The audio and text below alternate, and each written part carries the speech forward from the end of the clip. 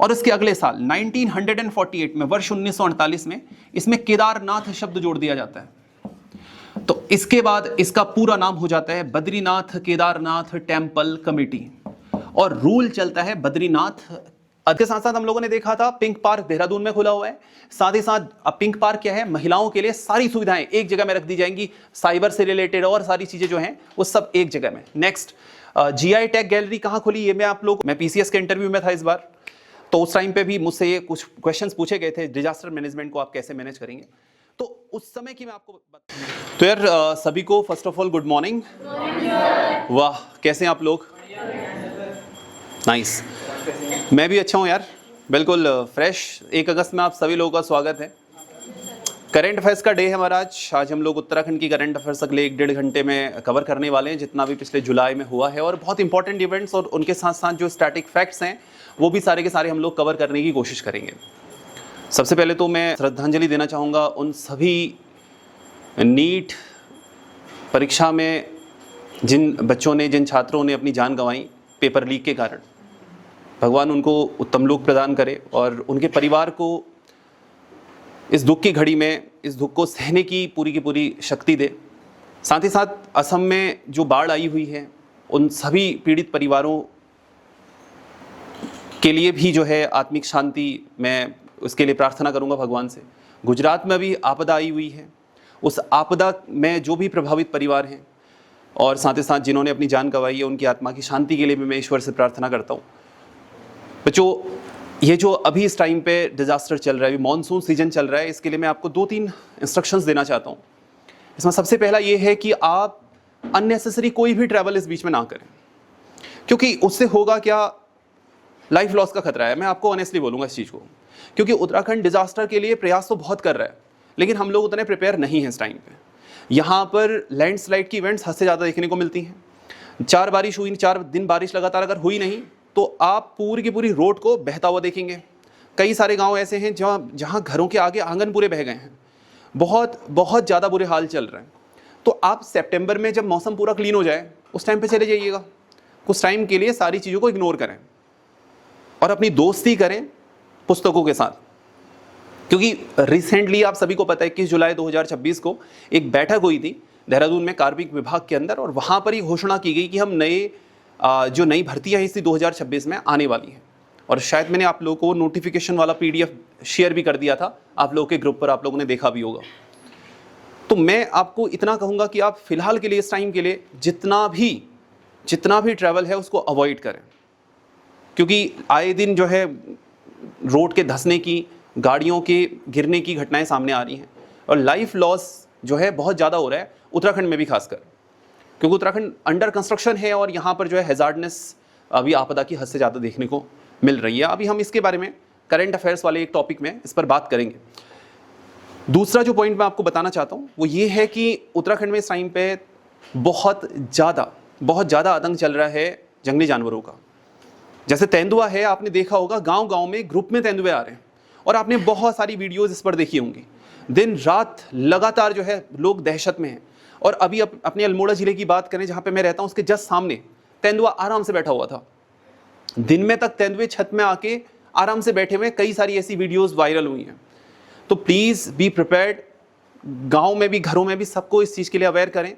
और अगर कभी ऐसा हो कोई तेंदुआ दिखे तो वन विभाग के द्वारा जो वन्य जीव के निवारण के लिए, वन्य जीव की जो समस्याएं उनसे निपटने के लिए 1926 नाम से एक आपातकालीन नंबर है, आप उसे डायल करें, ठीक है। और अगर वन विभाग इस बारे में कोई संज्ञान नहीं ले रहा है तो आप 1905 जो CM हेल्पलाइन नंबर है, आप डेफिनेटली उस हेल्पलाइन नंबर पर कांटेक्ट करें। अभी रिसेंटली आप सभी को पता है कि 4 जुलाई 2026 को माननीय श्री पुष्कर सिंह धामी जी का 5 वर्षों का कार्यकाल पूर्ण हुआ है। उन्होंने 4 जुलाई 2021 को शपथ ली थी और उसके बाद 5 साल उन्होंने अपना कार्यकाल पूरा किया है। पहली बार शपथ उन्होंने 4 जुलाई 2021 को ली, फिर 2022 में जब नई विधानसभा चुनाव हुए तो उसके बाद 23 मार्च 2022 को उन्होंने दूसरी बार शपथ ली थी। हम इन सारे फैक्ट्स को भी लिखेंगे क्योंकि एग्जामिनेशन पॉइंट ऑफ व्यू से बड़े इंपॉर्टेंट है।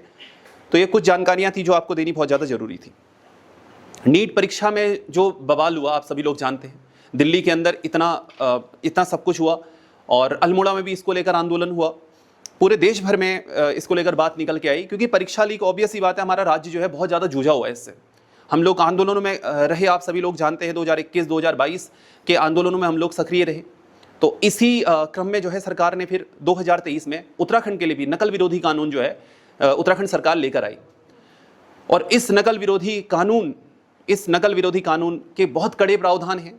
इसमें आजीवन कारावास तक की सजा है और 1 करोड़ से 10 करोड़ तक का जुर्माना इसमें रखा गया, ताकि जो भी फाइनेंशियल लॉस हैं, क्योंकि लोग इस जो आधिकारिक रूप से अगर देखा जाए तो लोग पैसे के लिए ही तो सब कुछ कर रहे हैं, तो उनको फाइनेंशियल लॉस कराने के लिए 10 करोड़ तक का जुर्माना इस पर रखा गया है। इसके ही अगले साल 2023 के अगले साल भारत की सरकार भी नकल विरोधी कानून लेकर आई, लेकिन उस नकल विरोधी कानून में उतने सख्त प्रावधान नहीं थे। अभी रिसेंटली ही आप सभी को पता है कि जो अनुचित साधनों का प्रयोग भारत नकल विरोधी कानून में अनुचित साधनों का जो भी प्रयोग किया जाता है, उसको लेकर 2026 में रिसेंटली इसी मॉनसून सेशन के अंदर सरकार जो है, भारत सरकार नया कानून लेकर आ गई है। तो नकल विरोधी कानून और साथ ही साथ जो है आपका उत्तराखंड सरकार द्वारा नकल विरोधी कानून, ये 2 इंपॉर्टेंट लॉज हैं। इनको भी हम लोग अभी थोड़ी देर के अंदर सीखेंगे, इन सारी की सारी बातों को समझेंगे हम लोग। तो हम लोग अपनी शुरुआत करते हैं आज से। अब इस पूरे के पूरे माह की करंट अफेयर्स की। आज 1 अगस्त है, अब सभी लोग जानते हैं 1 अगस्त आज से भारत और चीन के बीच में व्यापार शुरू हो चुका है। इंडो चाइना जो बॉर्डर ट्रेड होता है, आप सभी लोग जानते हैं, पहले तिब्बत के साथ व्यापार होता था। 1959 में 1959 में तिब्बत को पूरी तरीके से चीन ने छीन लिया, तो व्यापार बंद हो गया कुछ समय के लिए। 1962 से व्यापार बंद हुआ, क्योंकि तब तो व्यापार फिर भी चलता रहा। 1962 से व्यापार बंद हो गया। दोबारा से कब शुरू किया गया था ये व्यापार? दोबारा कब शुरू हुआ बताओ?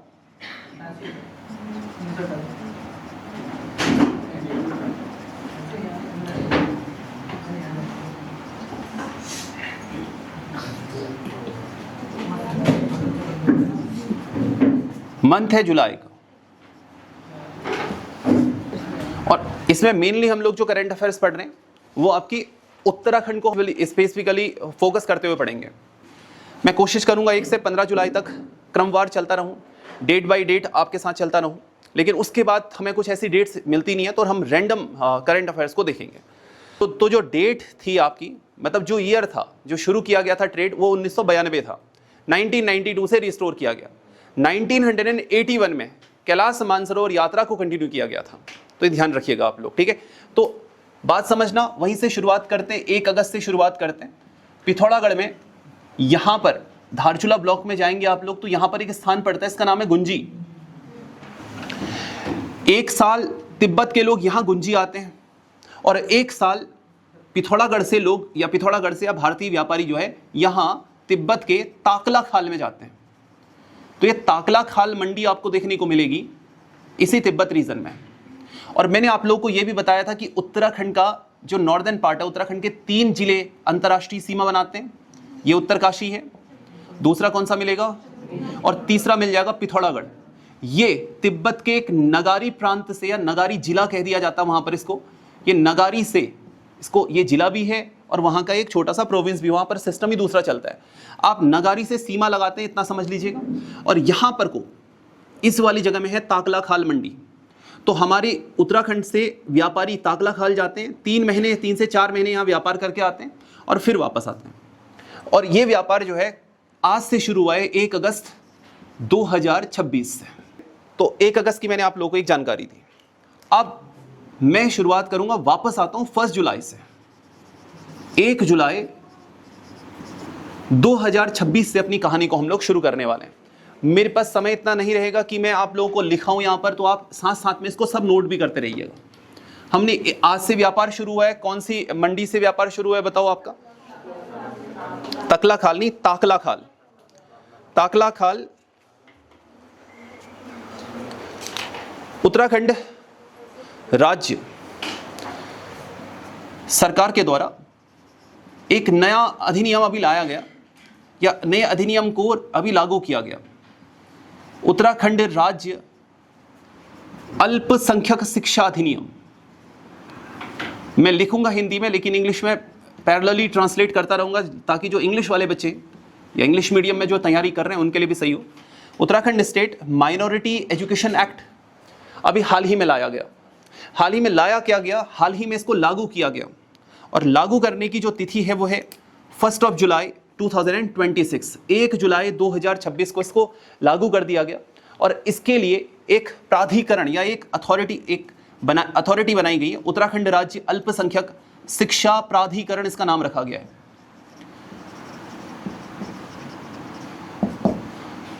Uttarakhand state minority education authority, ये जो प्राधिकरण है इसका क्या काम होगा, ये अधिनियम क्या है, इसकी कहानी को समझने के लिए थोड़ा सा बैकग्राउंड पे चलते हैं। ठीक है, सबसे पहले समझते हैं इसकी हिस्ट्री। ये हिस्ट्री से ही आप लोगों को ये चीज़ें सारी की सारी क्लियर हो पाएंगी। बच्चों ध्यान रखिएगा, वर्ष 2016 में एक बोर्ड बनाया गया था और इसी का नाम था उत्तराखंड मदरसा बोर्ड, और इसके लिए एक एक्ट लाया गया था, इसी का नाम था उत्तराखंड मदरसा बोर्ड एक्ट, वर्ष 2016। उस टाइम पर हरीश रावत जी राज्य के मुख्यमंत्री हुआ करते थे, तो उनके द्वारा ये मदरसा बोर्ड एक्ट लाया गया। इसके तहत राज्य के 456 मदरसों को, 456 मदरसे एक एजुकेशन बोर्ड के अंदर आ गए। अब आपको मैं इसको समझाने के लिए एक और अगले एंगल पर लेके चलता हूं, थोड़ा ध्यान से सुनिएगा। जैसे आप उत्तराखंड के स्कूल्स की बात करते हैं, उत्तराखंड के जो नॉर्मल स्कूल्स हैं, ये चलते हैं उत्तराखंड विद्यालयी शिक्षा परिषद के माध्यम से। नाम सुना होगा आप सभी लोगों ने, उत्तराखंड विद्यालयी शिक्षा परिषद। ये एक बोर्ड है, उत्तराखंड विद्यालयी शिक्षा परिषद बोर्ड इसको कहा जाता है। इसकी स्थापना 22 सितंबर 2001 को की गई थी। 22 सितंबर 2001 को इसकी स्टैब्लिशमेंट की गई थी।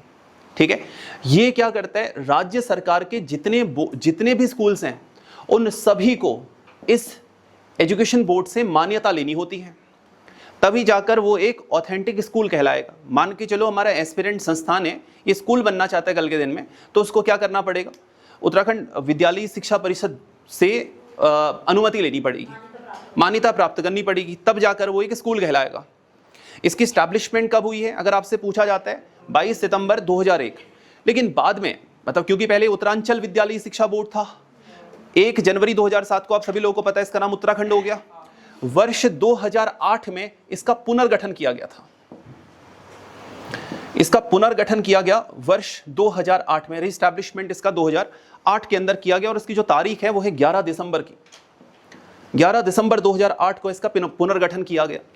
तो सभी स्कूलों को इसके अंडर वर्तमान समय में जो है संबद्ध होना पड़ता है, रजिस्टर कराना पड़ता है। उसी प्रकार से मुस्लिम शिक्षा के या मुस्लिम धार्मिक शिक्षा के जो शैक्षणिक केंद्र होते हैं, एजुकेशनल सेंटर्स होते हैं, उनको मदरसा कहा जाता है।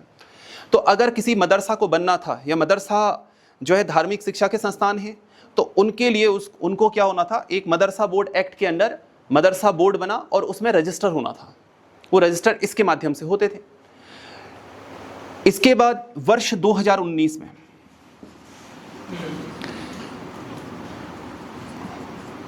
वर्ष 2019 में सरकार अरबी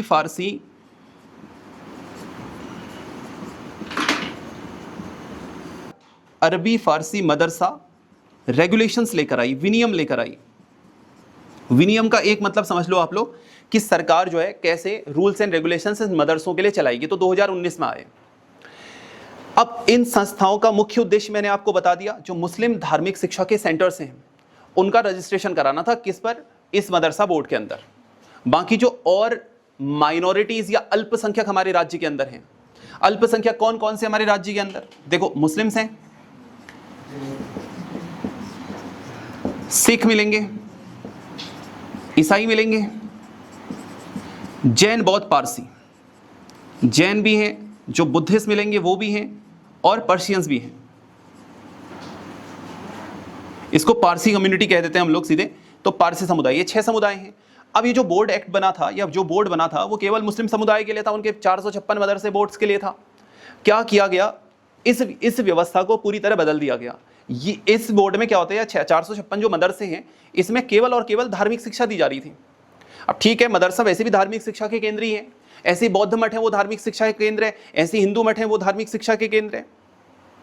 तो सरकार ने ये कहा कि यहां पर जो धार्मिक शिक्षा दी जा रही है वो केवल और केवल बच्चों को धार्मिक रूप से आगे धार्मिक कर्म कांडों में ही शामिल कर रही है। बच्चे का जो इंटेलेक्चुअल डेवलपमेंट होना है, जो हमारी न्यू एजुकेशन पॉलिसी है, जो कि 29 जुलाई 2020 को आई थी, 29 जुलाई 2020 को आई थी, इस नई एजुकेशन पॉलिसी या न्यू एजुकेशन पॉलिसी में जो भी बातें लिखी गई हैं वो बोर्ड एक्ट जो है या ये जो बोर्ड है वो फुलफिल करता ही नहीं है। वहाँ केवल धार्मिक शिक्षा है। हम चाहते हैं कि मदरसा में बच्चे मैथ्स पढ़ें, साइंस पढ़ें, और भी कई सारे जो सब्जेक्ट है, इंग्लिश है और जो सब्जेक्ट्स होते हैं वो सारे के सारे सब्जेक्ट पढ़ें, जैसे social science, science and tech, जो भी पढ़ना चाहते हैं बच्चे वो भी पढ़ें। तो तब जाकर इसको खत्म करने के लिए उत्तराखंड राज्य अल्पसंख्यक शिक्षा विधेयक लाया गया। आप सभी को पता होगा, बिल लाया जाता है पहले, बाद में वो क्या बनता है, फिर एक्ट बनता है। तो विधेयक लाया गया जिसको प्रेजेंट किया गया था 17 अगस्त 2025 को। 17 अगस्त 2025 को इसको उत्तराखंड विधानसभा में प्रेजेंट किया गया, विधानसभा में प्रस्तुत किया गया। ये ध्यान रखना, विधानसभा में इसको प्रेजेंट कब किया गया दोस्त, 17 अगस्त 2025 को। और वहां से पारित कब हुआ है, अगर आपसे पूछा जाता है तो आंसर रखिएगा 20 अगस्त, क्योंकि ये बहुत ज्यादा बहुत बड़ी डेवलपमेंट है। 20 अगस्त 2025 को ये उत्तराखंड विधानसभा से पारित हो गया। 8 अक्टूबर 2025 को इस पर राज्यपाल की स्वीकृति मिल गई। और इस बोर्ड एक्ट के अंदर क्या कहा गया, अब मैं आप लोगों को बताता हूं, या इसको सॉरी, इस जो है उत्तराखंड राज्य अल्पसंख्यक शिक्षा अधिनियम के अंतर्गत क्या कहा गया, अब उस बात को समझिएगा आप लोग। इसके अंतर्गत ये, इसके अंडर रहते हुए ये कहा गया कि एक प्राधिकरण यानी कि एक अथॉरिटी बनेगी। मदरसा केवल मदरसा नहीं होंगे, अब इनको मदरसा स्कूल कहा जाएगा, मदरसा स्कूल। इन सभी मदरसा स्कूलों को इस उत्तराखंड विद्यालय शिक्षा परिषद से, शिक्षा परिषद जो है आपका, उससे अनुमति लेनी पड़ेगी। इस बोर्ड से नहीं, अनुमति किससे लेनी पड़ेगी, इस बोर्ड से, जो विद्यालय शिक्षा बोर्ड है उससे अनुमति लेनी पड़ेगी। और वहां जो नॉर्मल जो हमारे स्कूलों में पाठ्यक्रम चलता है, मदरसा स्कूलों में भी वही पाठ्यक्रम, वही सिलेबस चलाया जाएगा, ताकि बच्चे का एक इंटेलेक्चुअल डेवलपमेंट किया जा सके। और ये पूरा उद्देश्य किस चीज का है, वो नई एजुकेशन पॉलिसी को इंप्लीमेंट करने का है, ताकि राज्य के बच्चे इंटेलेक्चुअली डेवलप हों। आप समझ पाए इस बात को। अब पहले क्या होता था, जो ये मदरसे बोर्ड बन जाते थे, मदरसे जो बन जाते थे, उनको हमेशा के लिए मान्यता मिल जाती थी। अब ये है कि इनको हर 3 साल बाद इस विद्यालय शिक्षा परिषद से मान्यता लेनी पड़ेगी। इसका क्राइटेरिया कितना कर दिया गया है, 3 साल। 3 साल के बाद मान्यता यानी कि रिन्यू किया जाएगा मदरसा स्कूलों को, ठीक है। हर 3 साल बाद मदरसा स्कूलों को मान्यता लेने की बात कही गई है। और इसको लागू कब से कर दिया गया, अगर आपसे पूछा जाता है, वो लागू किया गया है 1 जुलाई 2026 से, 2026 से। तो रिकैप कर लेते हैं एक बार, एक टॉपिक हमने कवर किया अभी जस्ट। क्या कवर किया इसको देख लीजिएगा, इसमें 3-4 बातें निकल के आ गई। 1 जुलाई 2026 की हमारी जो सबसे पहली करंट अफेयर्स रही है वो है उत्तराखंड राज्य अल्पसंख्यक शिक्षा अधिनियम से संबंधित। इसके लिए एक उत्तराखंड राज्य अल्पसंख्यक शिक्षा अधिनियम एक विधेयक के रूप में, एक बिल के रूप में 17 अगस्त 2025 को लाया गया था उत्तराखंड की विधानसभा में।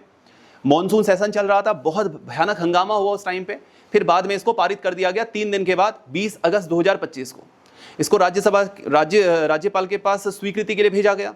राज्यपाल ने 8 अक्टूबर 2025 को इस पर स्वीकृति दे दी। उत्तराखंड सरकार ने कहा कि अब जो पुरानी व्यवस्था चली आ रही थी, जो कि केवल और केवल इस्लामिक धार्मिक स्कूलों के लिए व्यवस्था थी, जो इस्लामिक धार्मिक स्कूल कौन से होते हैं, आपके धार्मिक मदरसे जो होते हैं, धार्मिक शिक्षा के केंद्र होते हैं, उन्हें कहा जाता है आपका मदरसा। मदरसों के अलावा अन्य सभी के लिए भी, अन्य सभी संप्रदायों के लिए भी, उनके भी जो मठ चल रहे हैं, जो स्कूल सेंटर्स चल रहे हैं, वहां पर धर्म की शिक्षा के साथ साथ जो फिजिक्स है, मतलब जो साइंस है, मैथ्स है, जो सोशल साइंस है, वो भी वहां पर पढ़ाई जाएगी। इसके लिए एक अथॉरिटी बनाई गई और उसी का नाम क्या है, Uttarakhand state minority education authority, जो इन सब चीज की जांच करेगी। जो मदरसे हैं या धार्मिक शिक्षा के केंद्र हैं या जो भी मठ हैं, उन मठों को अब उत्तराखंड विद्यालय शिक्षा परिषद से सबसे पहले क्या करनी पड़ेगी, परमिशन लेनी पड़ेगी। और परमिशन कितने साल के लिए रहेगी, 3 साल के लिए रहेगी। इस बोर्ड का गठन कब किया गया था? 22 सितंबर 2001। रिन्यू कब किया गया इसको? 11 सितंबर 2008। क्या यहां तक की बातें समझ गए हम लोग? अब मदरसे क्या कहलाएंगे? मदरसा स्कूल। उत्तराखंड में कितने मदरसा हैं? ये कनिष्ठ सहायक 2022 या 23 में क्वेश्चन पूछा भी जाता है, पूछा जा चुका है कि मदरसा क्या है, क्वेश्चन एग्जाम में आ चुका है। मुस्लिम धार्मिक शिक्षा के केंद्रों को मदरसा कहा जाता है। ठीक है दोस्त, ऐसे ही धार्मिक शिक्षा के केंद्र हिंदूज के, बौद्ध के, जैनियों के क्या होते हैं? मठ कहलाते हैं। सो इसमें से कुछ पूछना आप लोगों को? क्लियर हो गया सभी को? पक्का? ओके, समझ में आया आप लोगों को ये? ठीक है, तो अब से नई व्यवस्था क्या आ चुकी है? नई व्यवस्था क्या आ चुकी है अब से? अब क्या होगा बताओ? मदरसा क्या कहलाएगा? मदरसा स्कूल कहलाएंगे मदरसा। ठीक है, तो 1 जुलाई की हम लोगों ने कवर कर ली। अब जब तक नोट कर लिया आप लोगों ने इसको? नहीं कोई बात नहीं मुझे। अब आगे बढ़ते हैं हम लोग। जब तक मिटाऊं तब तक एक बात पूछ लेता हूं। SCERT, state council of education research and training की स्थापना कब की गई? SCERT की स्थापना कब की गई? एक NCERT है, सुना होगा आप सभी ने नाम। 1986 में जो हमारी जो दूसरी शिक्षा नीति लाई गई थी, उस दूसरी शिक्षा नीति के तहत NCERT की स्टैब्लिशमेंट की गई थी। ठीक, और उत्तराखंड पहली शिक्षा नीति आई थी 1968, दूसरी एजुकेशन पॉलिसी आई थी 1986। तो 1986 में एक ऑपरेशन चला था जिसका नाम था ऑपरेशन ब्लैक बोर्ड, और इसमें कहा गया था कि NCERT की तर्ज पर राज्यों में SCERT होनी चाहिए। तो उत्तराखंड SCERT की एस्टैब्लिशमेंट कब हुई? ये मेरा सवाल था आप लोगों से। अब क्या हमारा नेक्स्ट जो आई आपकी डेट, हाँ, अब नेक्स्ट जो डेट आई वो है 4 जुलाई की। 1 जुलाई तो हम लोगों ने कवर कर लिया। Let us go to 4 July now. SCERT अगर आपसे पूछा जाता है SCERT को की एस्टैब्लिशमेंट कब की गई, तो ध्यान रखिएगा 17 जनवरी 2002 को इसकी स्थापना की गई। कहाँ है इसका ऑफिस? देहरादून में। ठीक है दोस्त, 4 जुलाई 2026 का दिन बड़ा ऐतिहासिक है। 4 और 5 जुलाई तो रिकॉर्ड तोड़ दिवस है, दोनों के दोनों दिवस उन्होंने रिकॉर्ड तोड़ लिया। 4 जुलाई 2026 को माननीय मुख्यमंत्री श्रीमान पुष्कर सिंह धामी जी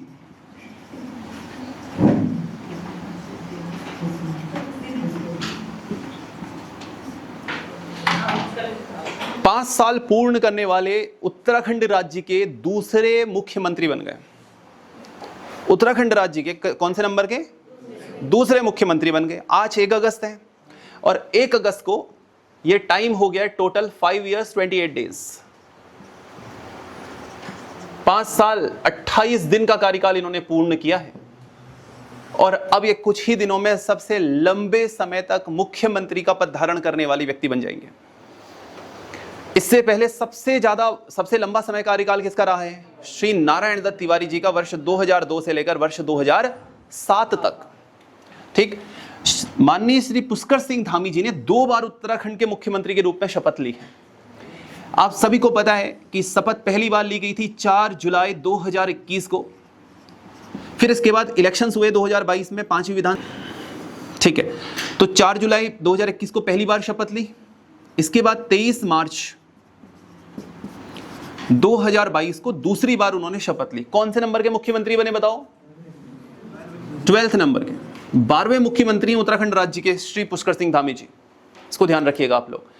जिस दिन 4 जुलाई को इनके 5 साल पूर्ण हुए, उस दिन इन्होंने घोषणा की कि 2035 तक उत्तराखंड को विकसित, बहुत बहुत इंपॉर्टेंट पॉइंट बता रहा हूं देखना, विकसित, समृद्ध और आत्मनिर्भर उत्तराखंड बना देंगे हम लोग।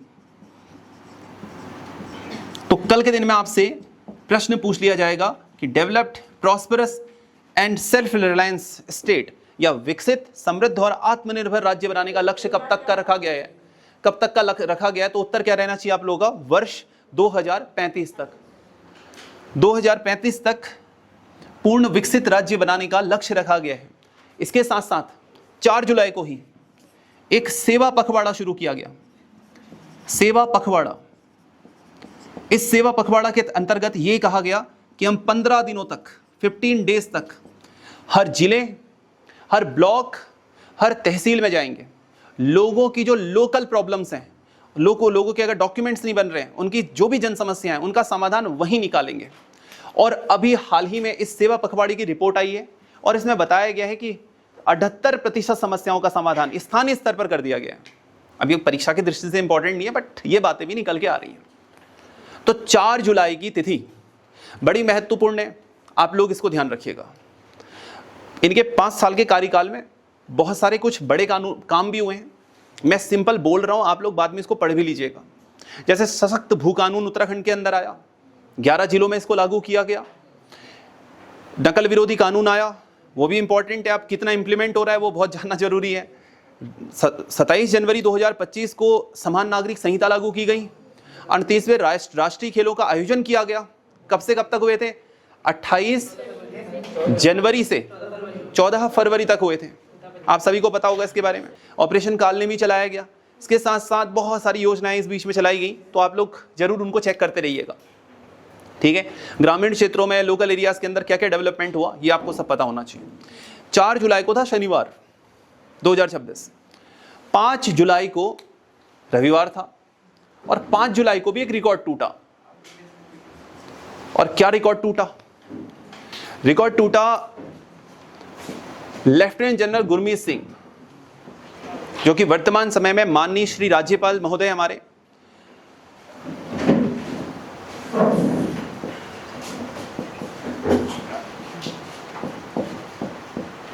लेफ्टिनेंट जनरल गुरमीत सिंह उत्तराखंड राज्य के 8वें राज्यपाल बने थे। आप सभी को पता होगा इसके बारे में। 8वें राज्यपाल के रूप में इन्होंने शपथ कब ली थी, ओथ कब ली थी? 15 सितंबर 2021 को, सितंबर 2021 को 8वें राज्यपाल के रूप में इन्होंने शपथ ली, ठीक। 5 जुलाई 2026 को 55 दिन तक लगातार राज्यपाल रहते हुए इन्होंने उत्तराखंड राज्य के दूसरे राज्यपाल, कौन थे दूसरे राज्यपाल? सुदर्शन अग्रवाल जी का रिकॉर्ड तोड़ा। सुदर्शन अग्रवाल जी 8 जनवरी 2003 से 28 अक्टूबर 2007 तक सबसे लंबे समय के राज्यपाल रहे थे। तो करीब 19 सालों का रिकॉर्ड माननीय श्री लेफ्टिनेंट जनरल गुरमीत सिंह जी ने, हमारे महामहिम राज्यपाल ने रिकॉर्ड तोड़ दिया 19 सालों के बाद। उत्तराखंड राज्य के कौन से नंबर के राज्यपाल हैं? 8वें नंबर के राज्यपाल हैं। तो इसलिए 4 और 5 जुलाई की जो तिथियां हैं वो बड़ी महत्वपूर्ण है समझनी हमारे लिए दोस्त, ठीक है। 4 जुलाई को रिकॉर्ड किसने तोड़ा? मुख्यमंत्री ने। 5 जुलाई को किसने रिकॉर्ड तोड़ लिया? अब 5 जुलाई को ही बड़ी तारीख इसलिए निकल कर आती है क्योंकि 5 जुलाई को हम लोग अपने राज्य के अंदर मनाते हैं कौन सा दिवस? हरियाली दिवस, अगर आप लोगों को याद हो तो चलिए 5 जुलाई की अगली कहानी को अब समझने की कोशिश करते हैं। 5 जुलाई को आखिर क्या हुआ था? और भारतीय संविधान के अनुच्छेद 153 के तहत राज्यपाल की नियुक्ति की जाती है। आप सभी लोगों को इस बारे में पता भी होगा बहुत अच्छे से। 153 क्लॉज 1 राज्यपाल से संबंधित है। राज्यपाल की नियुक्ति कौन करता है? कार्यकाल कितना होता है किसी राज्यपाल का?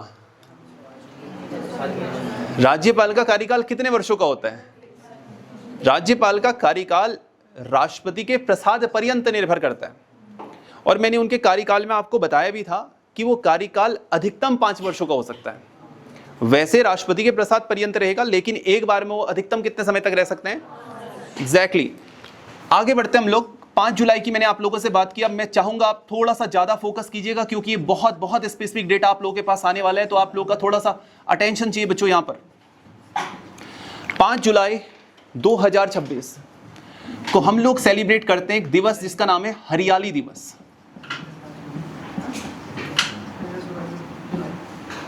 हरियाली दिवस को सेलिब्रेट किया जाता है। हरियाली दिवस सेलिब्रेट करने की शुरुआत कब से की गई? कब से शुरू हुआ हरियाली दिवस? नहीं, हरीश रावत सरकार में शुरू हुआ था। आप बताओ। चलो, गुड। वर्ष 2016 से इसकी शुरुआत की गई। अब मैंने सोचा यार बच्चों को खाली इतनी मोटी मोटी जानकारी देने से अच्छा कुछ और डेटा कलेक्ट कर लूँ।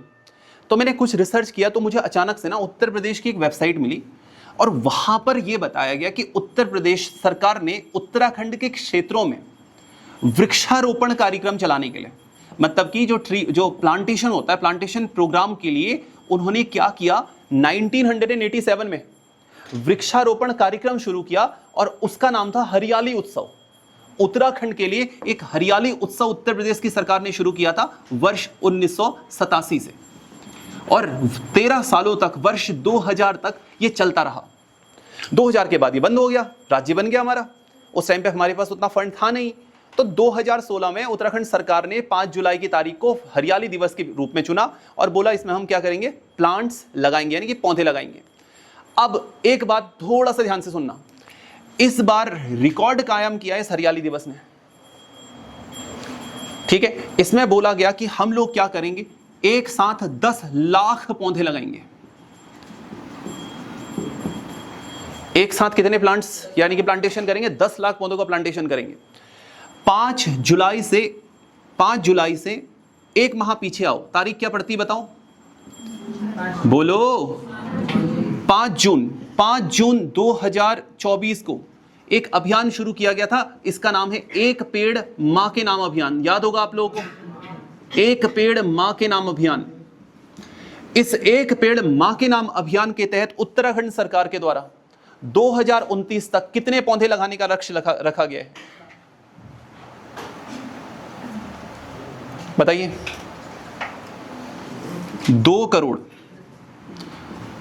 करोड़ पौधरोपण का लक्ष्य रखा गया है, ताकि यहां जो हमारी एनईपी है, नेशनल, जो हमारी माफ कीजिएगा, जो हमारा नेशनल एनएफपी है, नेशनल फॉरेस्ट पॉलिसी, राष्ट्रीय वन नीति 1988, उसके तहत आप सभी लोगों को पता है ना 66% एरिया पर फॉरेस्ट होना चाहिए, उसको अचीव किया जा सके। तो अभी 45 पॉइंट कितना है, हाँ अभी 45.44% एरिया है ना हमारा जो फॉरेस्टिफाइड एरिया है, 2023 की जो वन रिपोर्ट कहती है। और यहाँ 2 करोड़ प्लांट्स का जो है लक्ष्य रखा गया है। 5 जून 2024 को एक पेड़ मां के नाम अभियान किसने शुरू किया था, माननीय प्रधानमंत्री श्री नरेंद्र दामोदर दास। 16 जुलाई की तारीख पे आते हैं। 16 जुलाई 2026 को क्या हुआ, आप सभी को पता है। 16 जुलाई 2026 को हमने मनाया था हरेला दिवस। इस हरेला दिवस के बारे में भी ध्यान रखिएगा आप लोग। हरेला कब से मनाई जाने की शुरुआत हुई, हरेला भाई इसकी कोई तिथि मिलेगी नहीं आपको, क्योंकि ये ऐतिहासिक रूप से मनाया जाता है। हरेला क्यों मनाते हैं हम लोग, मैं आपको इसकी कहानी बता देता हूं। फिर अब हरेला मनाने के पीछे का जो मेन रीजन है वो ये है, हमारे पहाड़ में कुमाऊं गढ़वाल दोनों रीजन्स के अंदर यहाँ बीज बोए जाते हैं। ठीक, यहाँ बीज इसलिए बोए जाते हैं ताकि देखा जाता है, अनुमान लगाया जाता है कि इस बार फसल कैसी उगेगी। 16 जुलाई को जैसे हमने हरेला मनाया, अब तो ये तिथि 16 जुलाई की हो गई है, कर्क संक्रांति होती है बेसिकली उसी दिन, और संभवतः 16 जुलाई को, यानी कि जब श्रावणी मेला शुरू होता है। श्रावणी मेला कहाँ लगता है 16 जुलाई से, जागेश्वर में श्रावणी मेला लगता है। अभी उस बारे में बता दूंगा आप लोगों को, थोड़ा सा सुन लीजिएगा प्लीज। ये जो हरेला दिवस है, इसके पीछे की मान्यता यह है, या हरेले की पीछे की मान्यता यह है कि इसमें क्या किया जाता है, 7 बीज पहाड़ में हमारे कुमाऊं में और 9 बीज गढ़वाल में बोए जाते हैं। देखा जाता है अगर वो सही तरीके से उगे तो इसका मतलब है वो 9 बीजों की फसल अच्छी होगी और यहाँ 7 बीजों की फसल अच्छी होगी। हमारे राज्य के साथ साथ हिमाचल प्रदेश, इधर नॉर्थ ईस्ट के राज्यों में सिक्किम, अरुणाचल जैसे राज्यों में भी हरेला उत्सव मनाया जाता है। फसल के लिए, फसल कैसी होगी इसकी जांच के लिए हमारे पहाड़ के लोग इस प्रकार का उत्सव मनाते हैं। और 16 जुलाई की तारीख कौन सी थी, हमने यहां तक की तो बात की। अब इसी प्रकार से एक है हिमालय दिवस। हिमालय दिवस कब मनाया जाता है, नहीं। हिमालय दिवस 9 सितंबर 2010 को पहली बार मनाया गया था। पर्यावरणविद डॉक्टर अनिल जोशी जी द्वारा। हरीश रावत की सरकार आई, हरीश रावत ने कहा कि 2014 में हरीश रावत की सरकार ने इसकी घोषणा की कि अब सरकार भी इस दिवस को मनाएगी। यह घोषणा कब हुई है, 2014 में। और पहली बार सरकार के द्वारा, यानी कि सरकारी रूप से या राज्य सरकार के द्वारा इसको 2015 से मनाया गया है। पहली बार सरकार के द्वारा मनाया गया है 2015 में। ये ध्यान रखना दोस्त, ये तीनों अलग डेट्स हैं, 10, 14 और 15 ध्यान रहेगा। 25 मई को राज्य जल दिवस मनाया जाता है, आप सभी को पता होगा इसके बारे में। राज्य जल दिवस। 2 सितंबर को बुग्याल संरक्षण दिवस। 2 सितंबर कौन सा दिवस? बुग्याल कंजर्वेशन डे। अच्छा, एक बात पूछता हूं तुमसे, ये बुग्याल कंजर्वेशन डे के बारे में। 25 मई को तो श्रीदेव सुमन जी का जन्म दिवस है, उनकी स्मृति में राज्य जल दिवस मनाया जाता है। अब 2 सितंबर को बुग्याल संरक्षण दिवस है दोस्त, ठीक है, बुग्याल कंजर्वेशन डे। बुग्याल सभी को पता होगा ना, हाइट पर लोकेटेड घास के मैदान। किस हाइट पर? 2500 से 3500 मीटर की हाइट पर लोकेटेड घास के मैदान, मखमली घास के मैदान क्या कहलाते हैं? बुग्याल्स कहलाते हैं। बुग्याल, पयार, कयाल सब नाम इन्हीं के हैं, सबको पता होगा इसके बारे में। अब सुनना, 2 सितंबर 2024 से इसकी शुरुआत हुई। कब से दोस्त? 2 सितंबर 2024 से इसकी शुरुआत हुई। माननीय मुख्यमंत्री, आप सभी के माननीय मुख्यमंत्री श्री पुष्कर सिंह धामी जी ने इसकी घोषणा की। और दूसरी बात सुनना, 2 सितंबर 2024 को इसको मनाने की जिम्मेदारी दी गई यूकॉस को। आपने यूकॉस का नाम सुना है? Uttarakhand council of science and tech. Uttarakhand council of science and technology, UCOST. इसके बारे में आप लोगों को 2-3 बातें बता देता हूं, ठीक है। यूकॉस की स्टैब्लिशमेंट कब की गई थी? आप सभी को पता होना चाहिए। इसकी स्थापना की गई थी नवंबर 2002 में। नवंबर 2002 में इसकी स्टैब्लिशमेंट की गई। और इसने कार्य करना कब से शुरू किया अगर आपसे पूछा जाता है, इसने ये एक्टिव कब से है? तो 2005 से है। विज्ञान और प्रौद्योगिकी के क्षेत्र में काम यही करता है। देहरादून में एक जगह पड़ती है, इसकी ऑफिशियल वेबसाइट से देखी थी मैंने, इसका नाम है झारझरा, या कहीं पर झाझरा भी दिख रहा था मुझे। तो देहरादून से अगर कोई करंट अफेयर्स देख रहा है तो एक बार बता देना इसका एग्जैक्ट नेम क्या है। तो देहरादून में झारझरा नामक या झाझरा नामक स्थान पर इसका मुख्यालय है, हेडक्वार्टर है, ऑफिस है इसका। तो यूकॉस्ट ऑर्गेनाइज करता है हर साल इस डे को 2 सितंबर को बुग्याल संरक्षण दिवस के रूप में। आप सभी को पता है 2 सितंबर को ही 2018 से हम गढ़वाली भाषा दिवस मनाते हैं, और 1 सितंबर 2018 से हमने कुमाऊनी भाषा दिवस मनाना शुरू किया था। तो 1 सितंबर को कौन सा दिवस? अब ये देखो, सब पर्यावरण से संबंधित दिवस है, तब मैंने बता दिया आप लोगों को, ठीक है। राज्य जल दिवस कब मनाए जा रहे हैं? 25 मई को। हिमालय दिवस कब मनाए जा रहे हैं? 5 जुलाई को। कौन सा दिवस है? हरेला कब मनाए जाते हैं? तो आप ये सारी डेट्स ध्यान रखिएगा, यूकॉस का ध्यान रखिएगा, बुग्याल संरक्षण ध्यान रखिएगा। अब बढ़ते हैं 5 जुलाई से आगे। नोट डाउन कर लिया दोस्त इतना आप लोगों ने? चलो अब मैं मिटाते मिटाते कुछ क्वेश्चंस पूछ रहा हूं, तुम लोगों से आंसर दोगे? ओके, उत्तराखंड मदरसा बोर्ड कब बना था? 2016 में। उसको खत्म कब किया गया? 2026 ही आंसर देंगे आप, जब तक कि ये उत्तराखंड राज्य अल्पसंख्यक शिक्षा अधिनियम लागू नहीं हो गया। तो उसको खत्म कब किया गया है? 2026 की 30 जून को। इसके साथ साथ पहाड़ दिवस कब मनाया जाता है? 11 दिसंबर को पहाड़ दिवस। जागर संरक्षण दिवस 17 सितंबर को जागर संरक्षण दिवस। और कुमाऊं के लोग जो हैं पशु लोक उत्सव मनाते हैं, एक पशु लोक उत्सव, उसका नाम है खतड़वा। सुना होगा आप सभी लोगों ने नाम। तो खतड़वा कब मनाया जाता है? वो भी 17 सितंबर को ही मनाया जाता है, ठीक है दोस्त।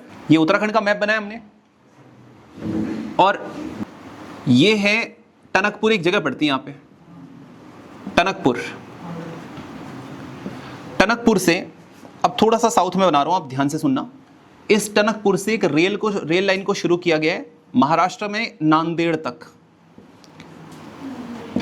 ठीक है दोस्त। इसकी तारीख है 6 जुलाई 2026। उत्तराखंड के धार्मिक पर्यटन को बढ़ावा देने के लिए, जो रिलीजियस टूरिज्म है उसको बढ़ावा देने के लिए, सीधे साउथ और नॉर्थ के बीच में कनेक्शन है। हालांकि ये तो महाराष्ट्र आपको पता ही है कि वेस्ट में पड़ता है, लेकिन ठीक है, साउथ को कनेक्ट तो करेगा ही करेगा, क्योंकि महाराष्ट्र में सारी ट्रेन आती हैं। तो यहां से सीधे अपना टनकपुर रीजन में पहुंच जाएगी ट्रेन। एक ट्रेन 6 जुलाई 2026 से यहां से शुरू की गई है, ठीक दोस्त। दूसरी, देहरादून में एक जगह पड़ती है, इसका नाम है हर्रावाला। हर्रावाला से सोमनाथ तक, गुजरात में नाम सुना होगा सोमनाथ मंदिर का, तो सोमनाथ तक एक दूसरी ट्रेन शुरू की गई 13 जुलाई 2026 को। बहुत बहुत इंपॉर्टेंट है दोनों के दोनों फैक्ट्स, इनको ध्यान में रखिए आप लोग। बस इतना ही जानना है। ये धार्मिक पर्यटन को बढ़ावा देने के लिए 2 ट्रेन शुरू की गई, कुमाऊं से महाराष्ट्र और गढ़वाल से गुजरात तक, गढ़वाल के देहरादून के हर्रावाला से लेकर गुजरात के सोमनाथ तक, और उत्तराखंड के चंपावत के टनकपुर से लेकर कहां तक दोस्त, महाराष्ट्र के नांदेड़ तक ये ट्रेन शुरू की गई है। पहली वाली की तारीख है 6 जुलाई, दूसरे वाली की तारीख क्या देखने को मिल जाएगी आप लोगों को, एग्जैक्टली समझ ली फिर अब। तो पहली वाली का, अच्छा इस वाली का नाम है टनकपुर नांदेड़ एक्सप्रेस और दूसरी वाली का नाम मिलेगा आपको हर्रावाला सोमनाथ एक्सप्रेस। बस ये हैं 2 ट्रेन हैं। सीधे चलते हैं 8 जुलाई पे। अब 8 जुलाई की तारीख बड़ी इंपॉर्टेंट है। 8 जुलाई 2026 को उत्तराखंड सरकार ने घोषणा की कि उत्तराखंड छठा पूर्ण साक्षर राज्य हो चुका है।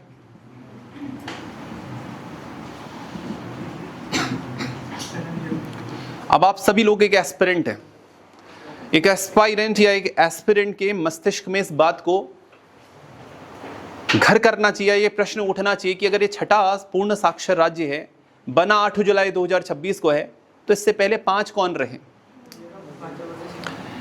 तो इसके लिए हम लोग अगर मैप देखें, अब नॉर्थ से अगर मैप बनाना शुरू करें तो आप सभी लोगों को पता है नॉर्थ ईस्ट का मैप ये बनेगा आपका। यहां पर अपना उत्तराखंड तो 6 नंबर का बना।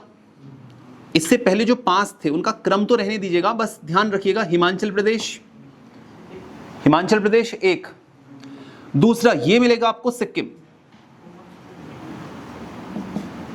नॉर्थ ईस्ट के जो 8 राज्य वो कौन कौन से देख लेते हैं। हमने कहा दूसरा सिक्किम बोला मैंने आपसे, ठीक।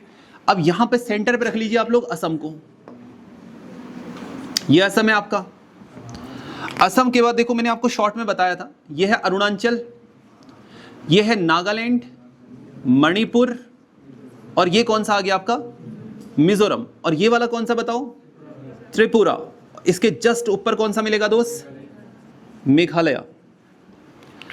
तो हिमाचल 1, सिक्किम 2, मिजोरम 3, त्रिपुरा 4, नॉर्थ ईस्ट के 3 राज्य, और वेस्टर्न हिमालय में हिमाचल प्रदेश और कौन सा उत्तराखंड। ये हो गए आपके टोटल कितने 5 राज्य। और साउथ में अगर आप लोग जाएं यहां पर, तो आप सभी को पता है महाराष्ट्र और कर्नाटका के बीच में भारत का सबसे छोटी आबादी वाला, सबसे छोटे क्षेत्रफल वाला राज्य जो है कौन सा मिलेगा आपको, गोवा। तो ये 5 राज्य पहले थे, हिमाचल, सिक्किम, मिजोरम, त्रिपुरा और गोवा। छठा राज्य कौन सा बना है आपका, उत्तराखंड। इसके साथ साथ 2 यूनियन टेरिटरीज भी हैं, 2 केंद्र शासित राज्य भी है। ये कौन कौन से हैं, लद्दाख एंड चंडीगढ़। लद्दाख और चंडीगढ़ भी पूर्ण साक्षर राज्य, केंद्र शासित राज्य हैं, 2 यूनियन टेरिटरीज हैं। अमित जी एक बात ऐड करना चाहूंगा, आपके मन में अगर यह प्रश्न आ रहा है कि सर हमने तो यह सुना था कि सबसे अधिक साक्षरता तो केरला की है, सुना था ना, तो केरला को साक्षर होना चाहिए था। मैं आपको एक बात ऐड करना चाहूंगा यहां पर, 18 अप्रैल 1991 में ही केरला ने स्वयं को पूर्ण साक्षर राज्य घोषित कर दिया था। आज नहीं, कब, आज से 36 साल पहले, करीब 36 साल पहले उसने स्वयं को पूर्ण साक्षर राज्य घोषित कर दिया। तो इन्होंने क्यों, ये छठे राज्य, उत्तराखंड छठा राज्य कैसे बना। तो सुनो, नई शिक्षा नीति, और नई शिक्षा नीति के साथ साथ एक कार्यक्रम चल रहा है, उसका नाम है उल्लास कार्यक्रम। उस उल्लास कार्यक्रम में यह कहा गया है कि अगर किसी राज्य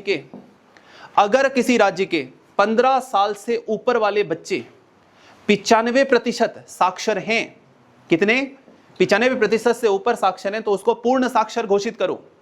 उसको क्या घोषित करो दोस्त, पूर्ण साक्षर राज्य घोषित करो। उत्तराखंड में ये 15 साल से ऊपर वाले बच्चों का criteria 98.17% point, most important point है, इसको ध्यान रखना आप लोग। इसको ना करेक्ट कर लेना, 98.70% करना है, इसको गलत हो गया थोड़ा, ये मोस्ट इंपॉर्टेंट पॉइंट है, इसको ध्यान रखना, 98.70 है, 98.70। 98.70% प्रतिशत बच्चे जो 15 साल से ऊपर की आयु वाले हैं वो यहां पर साक्षर हैं। इसीलिए उत्तराखंड राज्य को छठा उल्लास कार्यक्रम के तहत इसको पूर्ण साक्षर घोषित किया गया। ओवरऑल साक्षरता में सबसे ज्यादा साक्षरता जो है, अगर वर्तमान समय में देखा जाए, 100% साक्षरता तो बहुत पहले ही हासिल कर चुका है आपका केरला। ठीक है दोस्त, अब एक पॉइंट और बता रहा हूं, भारत का पहला डिजिटल साक्षरता वाला राज्य कौन सा है? डिजिटल साक्षरता लिटरेसी जिसने 100% एक्वायर की है, 100%। 21 अगस्त 2025 को केरला वो राज्य बना जिसने कहा कि हम 100% डिजिटल साक्षर हैं, डिजिटली लिटरेट हैं। ये किसने बोला? केरला ने। तो केरला ने भारत का पहला राज्य जिसने 100% डिजिटल साक्षरता हासिल की, वो भी केरला है। डिजिटल साक्षरता समझते हैं आप लोग? डिजिटल लिटरेसी का मतलब क्या है? लोग डिजिटली सारी चीजों को जानते हैं वहां पर। अब ओरली एक बात और बता देता हूं, बाकी फिर हम लोग फिर देखते रहेंगे सारी चीजों को। एक पॉइंट और निकल के आता है आप लोग का कि अभी क्या हुआ, हाई कोर्ट ने क्या किया, नैनीताल हाई कोर्ट ने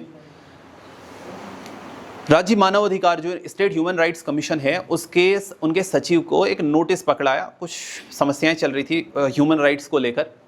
तो हो सकता है स्टैटिक फैक्ट में कल के दिन में पूछ लिया जाए, स्टेट ह्यूमन राइट्स कमीशन की एस्टैब्लिशमेंट कब हुई थी? राज्य मानव अधिकार आयोग कब बना था? बता सकते हैं कब बना था? बिल्कुल सही बच्चे, ये बना था 13 मई 2013 को। स्टेट ह्यूमन राइट्स कमीशन, राष्ट्रीय मानव अधिकार आयोग की स्थापना कब की गई थी? बिल्कुल सही, ये की गई थी वर्ष 1993 में। राष्ट्रीय मानव अधिकार आयोग के पैरेलली राज्य मानव अधिकार आयोग चलता है, ठीक है। मानव अधिकारों की घोषणा सार्वभौमिक या यूनिवर्सल डिक्लेरेशन कब हुआ था? 10 दिसंबर 1948 को by United Nations human rights commission. राज्य मानव अधिकार आयोग के अध्यक्ष कौन है इस टाइम पे? अखिलेश चंद्र शर्मा। पहले कौन थे? विजेंद्र जैन। स्थापना हुई 13 मई 2013 को। अब सीधे चलता हूं 15 जुलाई पे। इस बीच में बाकी और कोई इवेंट्स नहीं है। 10 तारीख को 10 जुलाई की एक इवेंट याद रखना, सरकार ने 10 अभी दे देंगे आपको, इसका सारा पीडीएफ भी अवेलेबल हो जाएगा। 10 जुलाई को सरकार ने कैबिनेट की एक बैठक की और उस कैबिनेट की बैठक में सरकार ने यह कहा कि जो 1 जुलाई 2026 को हमने उत्तराखंड मदरसा बोर्ड एक्ट समाप्त किया है, उसके साथ साथ दूसरा एक और जो नियमावली नहीं थी, रेगुलेशन वाला आपको बताया था, विनियम, कौन सा? गैर सरकारी अरबी फारसी मदरसा विनियम, जो रेगुलेशन था वो भी जो समाप्त किया है। उसके लिए हम पहले सरकारी अनुदान देते थे मदरसों को। 10 जुलाई 2026 को घोषणा की गई कि सरकारी जो गवर्नमेंट के ग्रांट्स होते हैं, अनुदान होते हैं, जो सहायता राशि होती है, वो भी अब नहीं दी जाएगी। तो इसको समाप्त करने का या अनुदान राशि को मदरसों के लिए अनुदान राशि समाप्त करने का निर्णय किस तिथि को लिया, अगर आपसे पूछा जाता है, तारीख होनी चाहिए 10 जुलाई 2026। सीधे 15 जुलाई पे एंटर कर रहा हूं। गौला नदी कहां से निकलती बताओ? कितनी है इसकी गौला नदी की लंबाई? अब 15 जुलाई को क्या हुआ देखना, इस बात को समझना थोड़ा।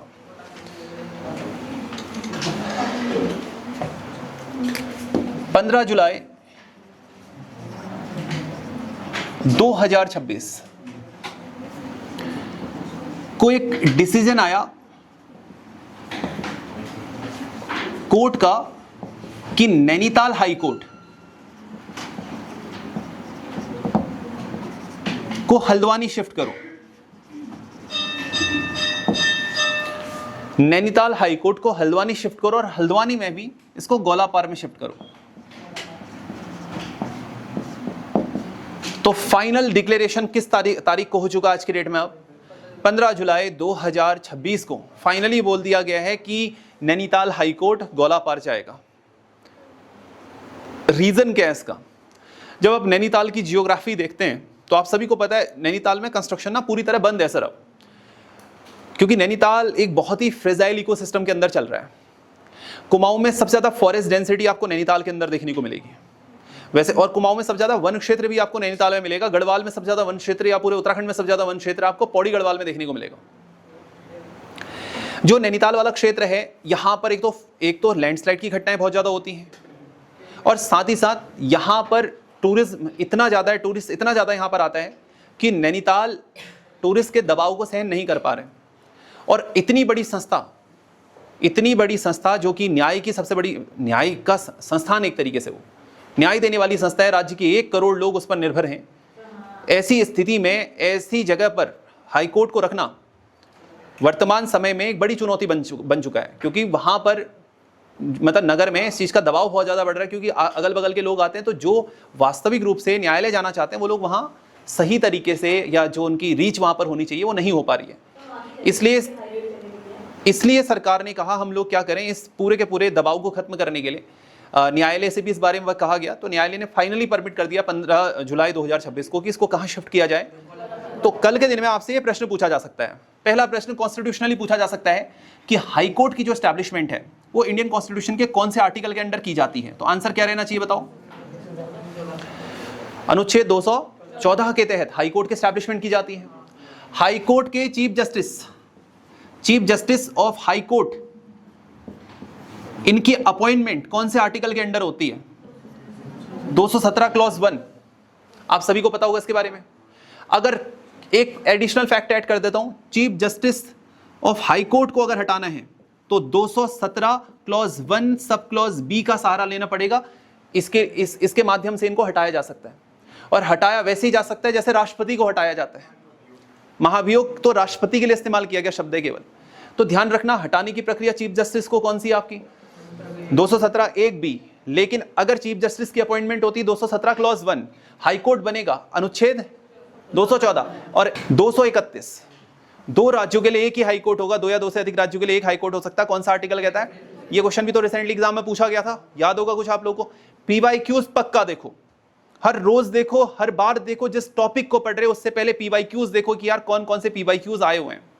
आपके पास ऐसी पीडीएफ अवेलेबल कराई हुई है मैंने, जहां पर सेक्शनली जो है बताए गए हैं टॉपिक्स। अगर नहीं है तो मैं आज पीडीएफ फिर से भेज दूंगा आप लोग, आप लेकिन डेफिनेटली जरूर देखिएगा उसको, डेली बेस पे देखते रहिएगा। सुनिए नेक्स्ट जो पॉइंट बता रहा हूं, उत्तराखंड हाईकोर्ट से रिलेटेड क्वेश्चन आ सकता है। जो उत्तराखंड हाईकोर्ट का भवन है, यहां पर नई जो बिल्डिंग्स बनी वो कब बनी थी? चलो पहले भवन के बारे में बता दो, भवन कब बना? जो इसकी बिल्डिंग है वो है गॉथिक आर्किटेक्चर की, सुना है नाम? गॉथिक शैली की है। कब से बनना शुरू हुआ था? 97 में नींव डाली गई थी, बनना शुरू हुआ था 1898 से। और बनकर तैयार कब हुआ था अगर आपसे पूछा जाता है? 1900 ईस्वी में। ये मैं नहीं बोल रहा, इसकी नैनीताल हाईकोर्ट की ऑफिशियल वेबसाइट पे जाएंगे, आपको 1898 की तिथि मिलेगी, आप जरूर चेक कर लीजिएगा एक बार इसको। 1900 में बनकर तैयार हुआ। इसके वास्तुकार या डिजाइनर कौन थे? उनका नाम था सेंटोनी मैकडोनाल्ड। सेंटोनी मैकडोनाल्ड। यहां पर 1962 तक उत्तर प्रदेश का सचिवालय भी रहा था। तो इसीलिए पहले इस भवन को, जो नैनीताल हाईकोर्ट की बिल्डिंग है, इसको पहले सचिवालय भवन भी कहा जाता था, सचिवालय भवन बोला जाता था इसको। और वर्ष 2007 में यहां पर न्यू बिल्डिंग्स बनाई गई, नई बिल्डिंग्स का निर्माण किया गया वर्ष 2007 में, क्योंकि यहां पर ना लॉयर्स के लिए चैम्बर्स थे, ना सुनने के लिए अलग से कार्यवाही के लिए कोई जो न्यायिक क्षेत्र होते हैं वो मौजूद थे, जो बेसिकली जो ऑफिस बनते हैं आपके, वो भी नहीं थे। तो 2007 में दोबारा से नए भवन यहाँ पर बनाए गए। तो आज सिटी के अंदर इतना प्रेशर हो चुका है, तो इसलिए बोला जा रहा है कि इसको कहाँ शिफ्ट करो आप? हल्द्वानी के गौला पार में। इसलिए मैं आपसे गौला नदी के बारे में पूछा, बीइंग अ पॉसिबिलिटी। देखो लिंक बनाओ जितना हो सकता है, बीइंग अ पॉसिबिलिटी गौला से पूछ लिया जाए प्रश्न। जमरानी बांध किस नदी पर बन रहा है? गौला नदी पर। ये ध्यान रखिएगा आप लोग, ठीक है दोस्त। इनसे इतने सारे प्रश्न आप लोगों के हुए। गौला नदी से, गौला पार से कुछ बातें और याद आई, वो अभी थोड़ा सा खेल वाले सेक्शन में आएंगी जब हम, तब वहां समझेंगे, ठीक है। जो स्टेट स्पोर्ट्स यूनिवर्सिटी है, राज्य की सबसे पहली और देश की 10वीं स्टेट स्पोर्ट्स यूनिवर्सिटी इसी गौलापार में बन रही है। हम थोड़ी देर में लिखते हैं उसके बारे में, हम बात करते हैं, फिलहाल आगे बढ़ते हैं। नैनीताल में थे हम लोग। बात करते हैं बच्चों पटवा डांगर नैनीताल की। क्यों फेमस है पटवा डांगर नैनीताल, इसके बारे में सुनिएगा आप लोग। नैनीताल का जो पटवा डांगर क्षेत्र है, यहां पर 600 करोड़ रुपए लगाकर उत्तराखंड सरकार एक अल्ट्रा लग्जरियस सिटी बना रही है, और उसी का नाम है पटवा डांगर टूरिज्म सिटी। इसका मुख्य उद्देश्य क्या है कि यहां अलग अलग प्रकार के जो मतलब जो जैसे दुबई जैसी जो world class hotel, luxurious hotels हैं, या बैंकॉक में मिलेंगे आपको लग्जरियस होटल्स, वैसी सुविधाएं पटवा डांगर के अंदर डेवलप करने की बात चल रही है। तो पटवा डांगर को एक नई टूरिज्म सिटी या नया नैनीताल आप लोग आने वाले समय में कह सकते हैं। फिर पटवा डांगर पर थोड़ा मैंने और रिसर्च की तो मुझे पता चला कि पटवा डांगर में ही स्थित है उत्तराखंड का बायोटेक्नोलॉजी इंस्टीट्यूट। नाम सुना आपने? इसी को कहते हैं जैव प्रौद्योगिकी संस्थान। उत्तराखंड का जैव प्रौद्योगिकी संस्थान कहाँ स्थित है? अगर आपसे पूछा जाता है बायोटेक्नोलॉजी इंस्टीट्यूट अगर कहाँ पूछा जाता है तो वो है पटवा डांगर, नैनीताल में। जैव प्रौद्योगिकी संस्थान यहीं स्थित है। जैव प्रौद्योगिकी संस्थान की स्थापना कब की गई थी? इसकी स्थापना की गई थी वर्ष 2005 में। जैव कब, किस तारीख को, तारीख भी बता देते हैं आपको, 19 अक्टूबर 2005 को इसकी स्थापना की गई, राइट। इससे पहले 1903 में 1903 में ब्रिटिश काल के दौरान इसको स्टेट वैक्सीनेशन इंस्टीट्यूट के नाम से स्टैब्लिश किया गया था। स्टेट वैक्सीनेशन समझते हो ना आप लोग? क्या करना? वैक्सीन लगाना, वैक्सीन तो समझते हो गए। तो वो स्टेट वैक्सीनेशन सेंटर के रूप में इसको स्टैब्लिश किया गया था। कुछ चीजें इंग्लिश में ही ध्यान में रख लो यार। 1903 में इसको स्थापित किया गया था, 19 अक्टूबर 2005 में इसको बायोटेक्नोलॉजी इंस्टीट्यूट के रूप में रीस्टैब्लिश किया गया है। कहां स्थित है? पटवा डांगर। मुख्य उद्देश्य क्या है? जैव प्रौद्योगिकी में कार्य करना, बायोटेक में काम करना, ठीक है। और 1929 में 1929 में इसकी सबसे बड़ी सफलता पता क्या थी? इन्होंने एक एंटी रेबीज टीका बनाया था, एक एंटीडोट बनाया था किसका? रेबीज का। 1929 में इसकी एक बड़ी अचीवमेंट मानी जाती है, तो बड़ा फेमस है। तो अगर आपसे कल के दिन में पूछा जाता है कि पटवा डांगर में टूरिज्म सिटी, या इसी को हम लोग, इसी का नाम है आपका प्रीमियम टूरिज्म सिटी भी कहा जा रहा है इसको, ठीक है। ये कहाँ बन रहा है?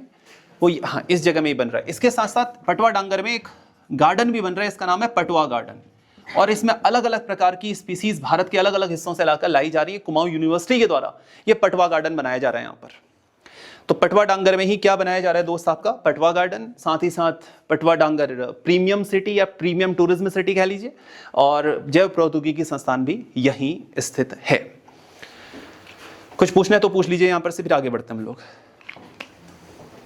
डन? चलिए फिर ठीक है। उत्तराखंड में आप सभी को पता है एक हाकम सिंह रहे। जैसे देश को हानि जयचंदों से होती है, उत्तराखंड को हानि किससे होती है दोस्त? हाकम सिंह से हानि होती है। उसी प्रकार से उत्तराखंड को हानि होती है प्रमोद नौटियाल जैसे लोगों से। अब ये प्रमोद नौटियाल कौन है इसको सुनिएगा। अयोध्या राम मंदिर में चंदा चोरी हुई, सभी को पता होगा। उसी प्रकार से उत्तराखंड के अंदर बद्रीनाथ मंदिर में चंदा चोरी का अभी रिसेंटली 2-3 दिन पहले कबूला है उस व्यक्ति ने जिसका नाम है प्रमोद नौटियाल। उसने मंदिर में जो चढ़ावा था, 1-1 रुपए के सिक्के तक नहीं छोड़े उस आदमी ने। वो 1-1 रुपए तक अपने घर ले जाता था। कई चांदी के जो छत्र चढ़ाए गए वो अपने घर लेके गया। उसने कबूल भी लिया है कि मैंने वहां से चोरी की है। पिछले 1.5 महीनों से मैं रोज अखबार, हमारे घर में अखबार आता है, डेली बेस पे अखबार पढ़ रहा था और डेली बेस पे प्रमोद नौटियाल के बारे में कुछ न कुछ बातें निकल के आ रही थी। इसलिए अब ये one of the hottest topic of Uttarakhand हो चुका है कि बद्रीनाथ और केदारनाथ का जो पूरा का पूरा टेंपल कमेटी का स्ट्रक्चर है वो क्या है, वो हमारे लिए समझना इंपॉर्टेंट हो गया। बद्रीनाथ केदारनाथ टेंपल कमेटी कब बनी, केदारनाथ शब्द इस पे कब जुड़ा, कौन से एक्ट के तहत ये आया था, ये सारी चीजें इसके अंदर हैं। मैं फटाफट से इसको बता देता हूं। आपने नाम सुना होगा बद्रीनाथ केदारनाथ टेंपल कमेटी का, हम इसके बारे में थोड़ा बहुत देखने जा रहे हैं। बच्चों, वर्ष 1939 के अंदर बद्रीनाथ अधिनियम आता है। बद्रीनाथ अधिनियम, इसी को बद्रीनाथ एक्ट के नाम से जानते हैं हम लोग। बद्रीनाथ एक्ट 1939 में आता है और इसके एक्ट नंबर 16 के तहत बद्रीनाथ मंदिर समिति की स्थापना की जाती है। बद्रीनाथ मंदिर समिति की स्थापना की जाती है। 1947 में देश आजाद होता है और इसके अगले साल 1948 में, वर्ष 1948 में इसमें केदारनाथ शब्द जोड़ दिया जाता है। तो इसके बाद इसका पूरा नाम हो जाता है बद्रीनाथ केदारनाथ टेंपल कमेटी और रूल चलता है बद्रीनाथ अधिनियम। इस बद्रीनाथ अधिनियम को भी बाद में बद्रीनाथ केदारनाथ अधिनियम के नाम से परिवर्तित कर दिया जाता है। इस बद्रीनाथ केदारनाथ टेंपल का मुख्य कार्य, जो बद्रीनाथ और केदारनाथ मंदिर हैं वहां के जितना भी वहां पर चंदा आ रहा है, उस मतलब एक ट्रस्ट के रूप में संस्थाएं काम करती हैं और उस पैसे का मैनेजमेंट करना है। तो अभी इस मंदिर पर, बद्रीनाथ मंदिर पर चढ़ावा चोरी की घटनाएं सामने आई और इसमें प्रमोद नौटियाल, जो कि इसी मंदिर समिति के एक सदस्य थे, उनके द्वारा चढ़ावा चोरी की मतलब बात की गई। उन्होंने कबूल किया कि मैंने चढ़ावा चोरी की थी।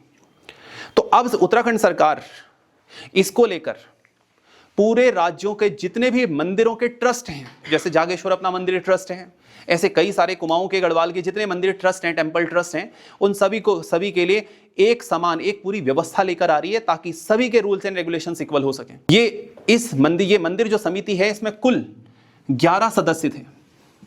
अब इसमें 2 सदस्य और ऐड कर रहे हैं, तो अब सदस्यों की संख्या कितनी हो जाएगी आने वाले समय में? 13। तो बद्रीनाथ केदारनाथ टेंपल कमेटी के अंदर टोटल मेंबर्स का नंबर कितना होगा आने वाले समय में? 13। और इसी महीने ये किया जा रहा है। अभी टोटल कितने हैं? 11 हैं। तो अब ये 2 जो है इस मेंबर जो है इसके अंदर और बढ़ जाएंगे। एक अध्यक्ष, 12 अन्य सदस्य। समझ गए इस बात को हम लोग? बद्रीनाथ केदारनाथ मंदिर समिति की स्थापना कब की गई? फिर 1939 आंसर रखेंगे आप लोग। बद्रीनाथ केदारनाथ मंदिर समिति के लिए अधिनियम कौन सा लाया गया था? उसका नाम है बद्रीनाथ अधिनियम। इसी में केदारनाथ शब्द कब जोड़ दिया गया था? 1948 में। तो इस बद्रीनाथ अधिनियम के कौन से एक्ट नंबर के तहत इसकी एस्टैब्लिशमेंट हुई है? Act number 16। क्या पता कभी आ जाए, आना तो है नहीं ऐसा, लेकिन क्या पता आ जाए वाली बात है। ठीक है दोस्त, हमने यहां तक की बातें समझी। अब नेक्स्ट सेक्टर पे चलते बच्चों। यहां तक तो हमने देखा, अब उत्तराखंड में पहला कुछ देख लेते हैं। पहला नहीं होता, जैसे राज्य में पहली एनसीसी एकेडमी। मैं कुछ हैंड रिटन नोट्स भी मेरे पास पड़े हुए, मैं डायरेक्टली आप लोगों को बता देता हूं, बाद में इसकी पीडीएफ अवेलेबल करा दूंगा आप लोगों को। ठीक है, जैसे एक क्वेश्चन है, अगर आपसे कल के दिन में पूछा जाता है स्टेट की पहली एनसीसी एकेडमी कहां बनने जा रही है,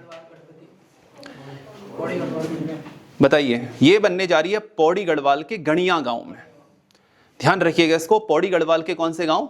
गणिया गांव में बनने जा रही है स्टेट की पहली एनसीसी एकेडमी। चलिए मैं इसको लिख भी देता हूं, ये नोट कर लिया आप सभी लोगों ने।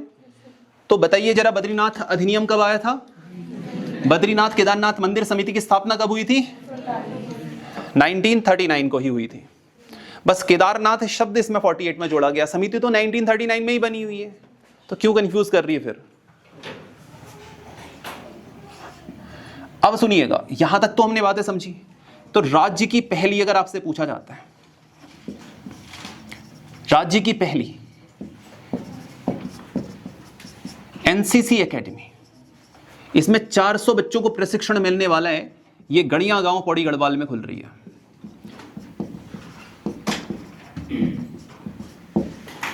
गणिया गांव पौड़ी गढ़वाल में ये खुल रही है। ठीक है, और इसमें करीब जो खर्चा आना है वो है 125.98 करोड़ रुपए का। इसकी घोषणा कब की गई थी? घोषणा की गई थी 2019 में। उस समय एक मुख्यमंत्री हमारे राज्य के अंदर थे, आप सभी को पता है, जिन्होंने कोरोना को भी एक प्राणी है, उसको भी जीने का अधिकार है कह दिया था। TSR साहब, पूरा नाम बता सकते हो आप लोग? त्रिवेंद्र सिंह रावत जी। ठीक है, इसके बाद दूसरा मानसखंड स्टेट स्पोर्ट्स यूनिवर्सिटी बनने जा रही है। अगर आपसे पूछा जाता है दूसरा, जो राज्य का पहला, राज्य की मतलब दूसरा फैक्ट है इसका, राज्य में पहले का दूसरा fact, Manaskhand state sports university कहां बनने जा रही दोस्त?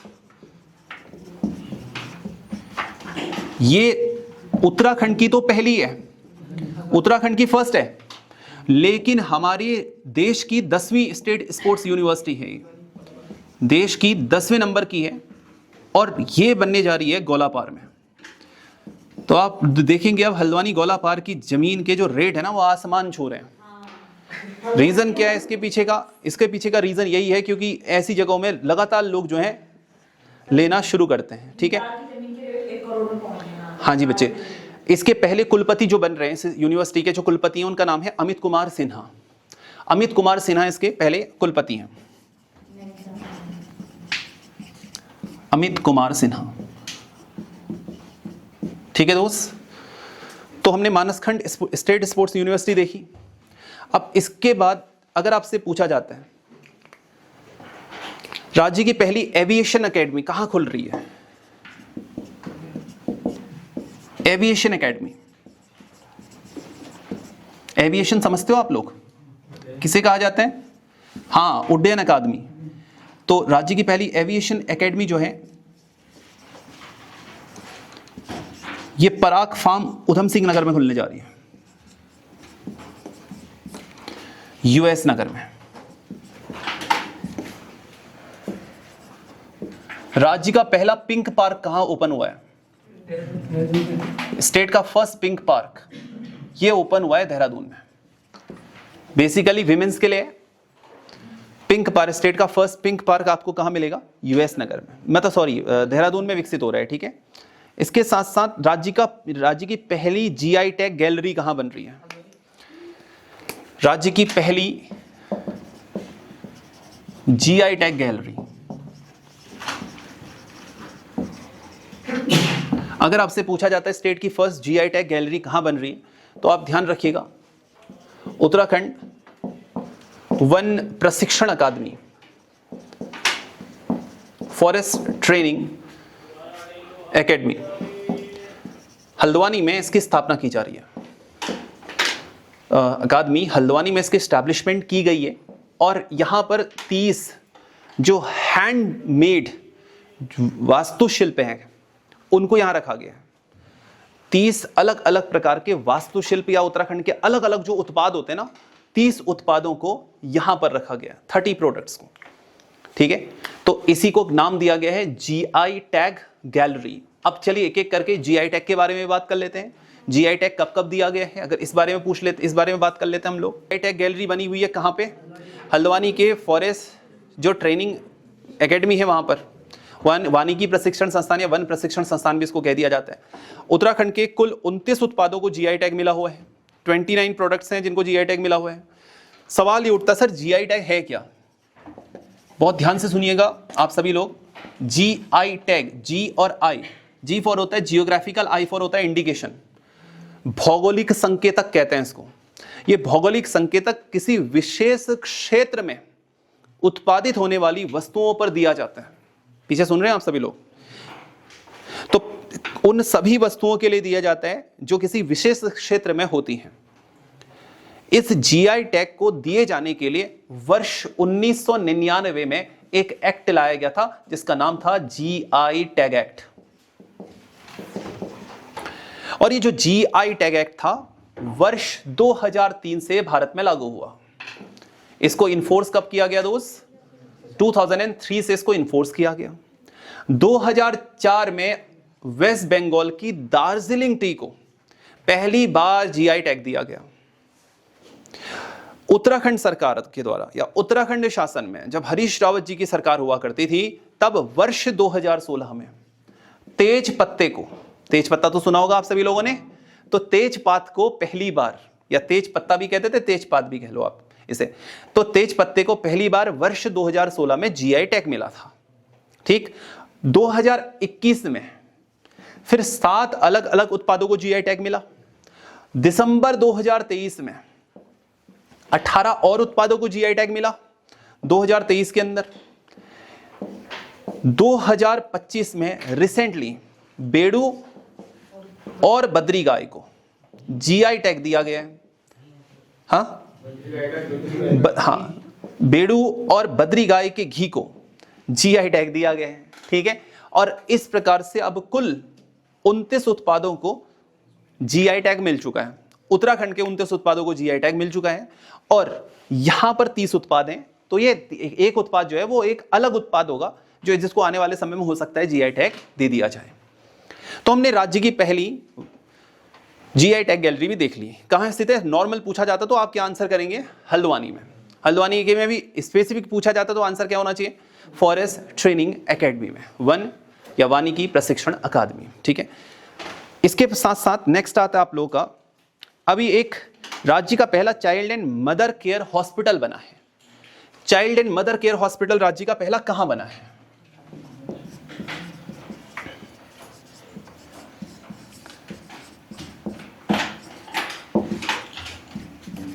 मैं शॉर्ट में HSPTL लिख देता हूं, आप समझ जाइएगा सब। ये खुला हुआ है हरिद्वार में। राज्य का पहला child and mother care hospital Haridwar में खुला हुआ है। ठीक है दोस्त, इसके अलावा राज्य के बौद्धिक रूप से जो भी दिव्यांग खिलाड़ी हैं उनके लिए एक चैंपियनशिप का आयोजन किया गया हाल ही में। यह कहां किया गया था? स्पेशल ओलंपिक है, इसको इंडियन नेशनल ओलंपिक नाम दिया गया। जो मानसिक रूप से दिव्यांग हैं, मानसिक रूप से दिव्यांग लोगों के लिए, मैं इसको दोबारा शुरू करता हूं, ठीक है। हाल ही में मानसिक रूप से दिव्यांग लोगों के लिए एक नेशनल चैंपियनशिप ओलंपिक, यानी कि खेल ही समझ लो एक तरीके से, महाकुंभ का आयोजन किया गया।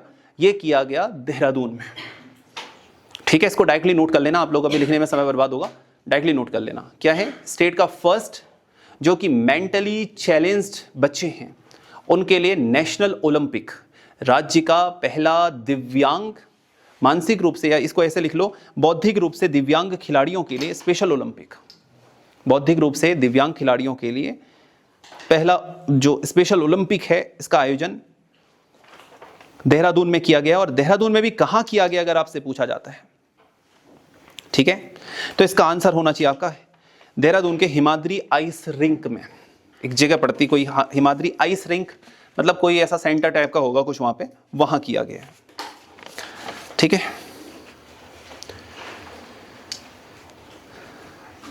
इसके अलावा उत्तराखंड देश का पहला राज्य बना है जहां पर अग्निवीर, अब देश का पहला, ये तो राज्य का पहला हो गया, अब देश का पहला देखो।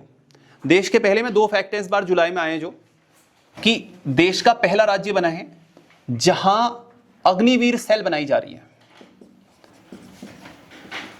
आपको पता है अग्निवीर 4 साल के लिए जो है, हमारे देश के जो वीर सपूत हैं 4 साल के लिए सेना में जाते हैं, और उसके बाद जब रिटायर, मतलब 4 साल बाद सेवानिवृत्ति के बाद जब वो होके वापस आते हैं तो उनको अलग अलग सुविधाएं मिले। तो सरकार के द्वारा उनके लिए रोजगार, एम्प्लॉयमेंट, स्वरोजगार, सेल्फ एम्प्लॉयमेंट और सरकारी योजनाओं की जानकारी एक सिंगल सेंटर पे मिलेगी। इसके लिए हर जिले में देश का ये पहला राज्य बना है जहां अग्निवीर सेल बनाई जा रही है, ठीक है। जुलाई में इसकी घोषणा हुई है, अब अग्निवीर सेल बनने शुरू हो जाएंगे। तो देश का पहला राज्य जहां अग्निवीर सेल बन रहे हैं वो कौन सा राज्य है दोस्त? उत्तराखंड। दूसरा, उत्तराखंड देश का पहला राज्य बना है जहां डाक से मुफ्त में दवाएं लोगों के गांव गांव घर घर तक पहुंचाई जाएंगी। देश का पहला राज्य जहां पर क्या किया जा रहा है? डाक से दवाइयां पहुंचाई जा रही हैं। बस इतना ध्यान रख लीजिएगा आप लोग, ये फैक्ट्स आप लोगों से पूछे जा सकते हैं। डाक से क्या पहुंचाई जा रही है दोस्त? दवाइयां पहुंचाई जा रही। मेरे बच्चे बहुत बढ़िया यार, बहुत अच्छा बताया आप लोगों ने। अब लियो डिवाइस क्या है, इसको समझने के लिए हमें इस बोर्ड में से ये सारी चीजें हैं, इसको मिटाना पड़ेगा। नोट डाउन कर लिया आप सभी लोगों ने? मैं एक बार फाइनल रिवीजन करा देता हूं इसका, ताकि आप लोगों के दिमाग में बैठ जाए। राज्य की पहली एनसीसी एकेडमी कहां बनने जा रही दोस्त? गणिया गांव, पौड़ी गढ़वाल। कितने करोड़ का प्रोजेक्ट है? 125.98। घोषणा हुई थी जिस टाइम पे, उस टाइम पे इसमें 75 करोड़ का प्रोजेक्ट था। फिर बाद में जो एडिशनल पैसा है बाद में जोड़ा गया इस पे। घोषणा हुई 2019 में, त्रिवेंद्र सिंह रावत जी ने इसकी घोषणा की थी। दूसरा, उत्तराखंड की पहली state sports university Manaskhand state sports university है। ये देश की 10वीं है, राज्य की पहली है। कहां खुली है? गोलापार।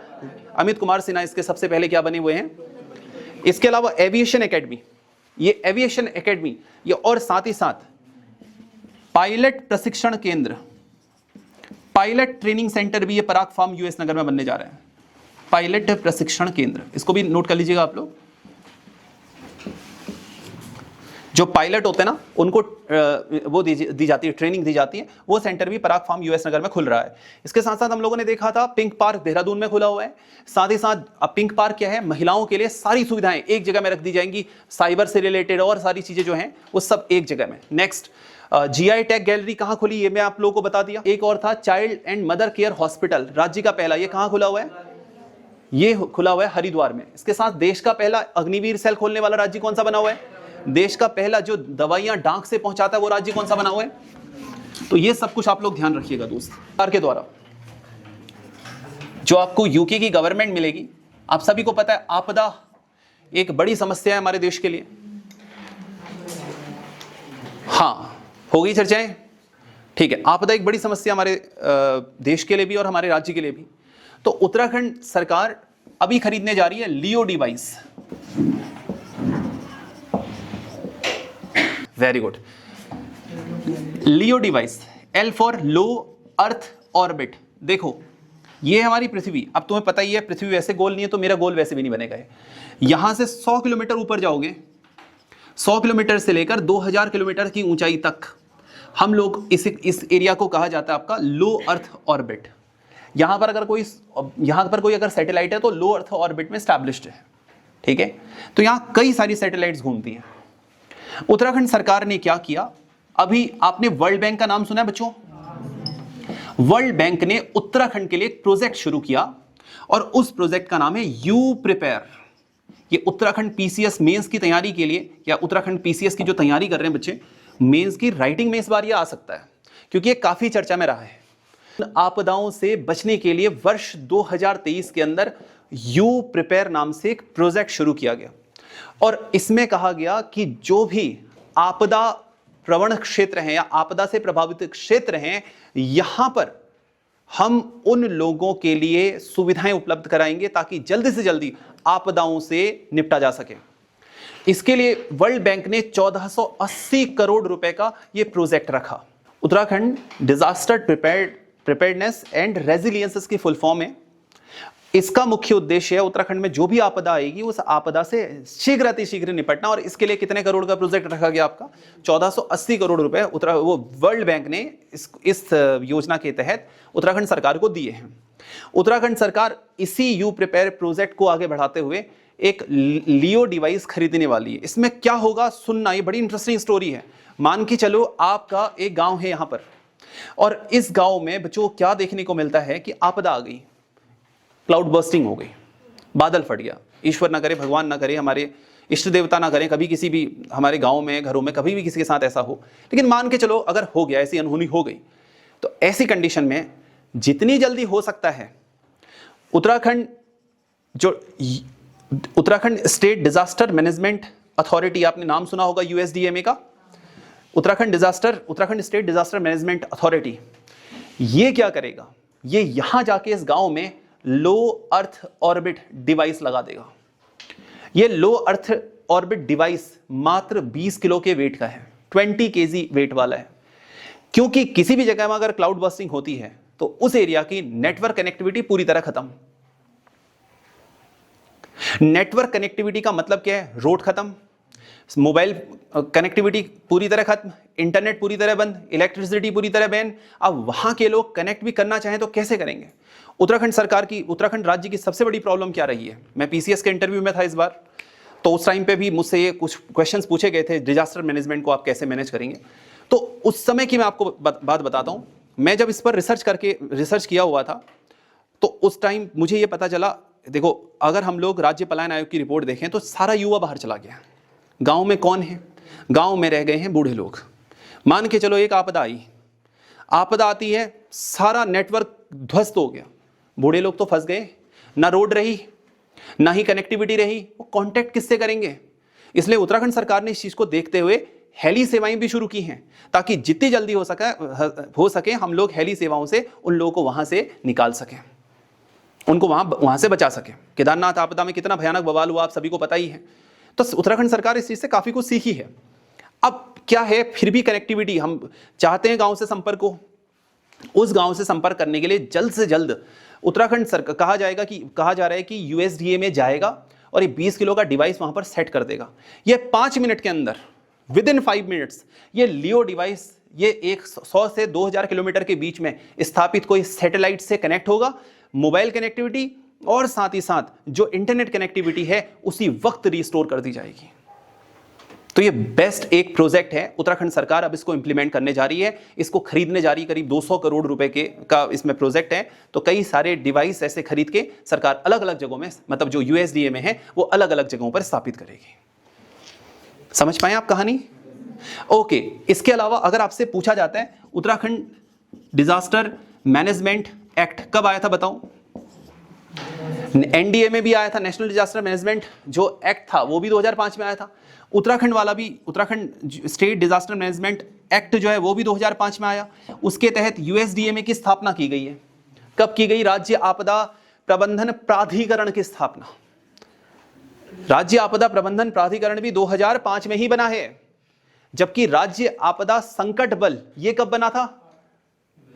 2013 में जब आई थी आपकी केदारनाथ आपदा ना, तो तब बनाई गई थी राज्य आपदा संकट बल, SDR, state disaster rescue force.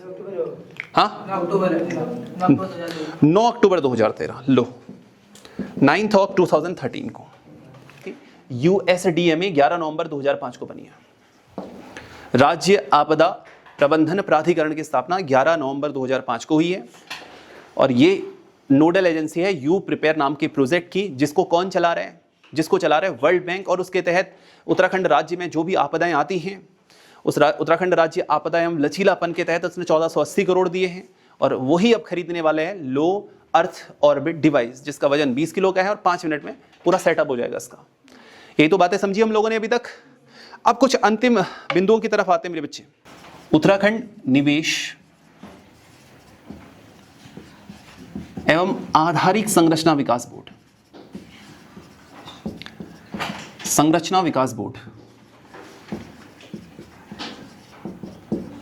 इसकी स्थापना वर्ष 2023 में की गई थी। 2023 में इसकी स्थापना की गई थी। UIIDB की एस्टैब्लिशमेंट कब हुई आपकी? वर्ष 2023 में। इसका मुख्य उद्देश्य क्या है? जो उत्तराखंड का बेसिक इंफ्रास्ट्रक्चर है वो डेवलप करना और उत्तराखंड में निवेश को आकर्षित करना, इन्वेस्टमेंट को आकर्षित करना। आप सभी को पता है उत्तराखंड में ग्लोबल इन्वेस्टर समिट हुआ था, याद है कुछ? ग्लोबल इन्वेस्टर समिट कहां हुआ था? ये इन्वेस्टर्स समिट हुआ था देहरादून के फॉरेस्ट रिसर्च इंस्टीट्यूट में, FRI देहरादून में हुआ था। तारीख थी 8-9 दिसंबर 2023। मुख्य उद्देश्य क्या था? उत्तराखंड में निवेश को आकर्षित करना और लाखों लाखों करोड़ रुपए के निवेश की बात की गई उत्तराखंड में।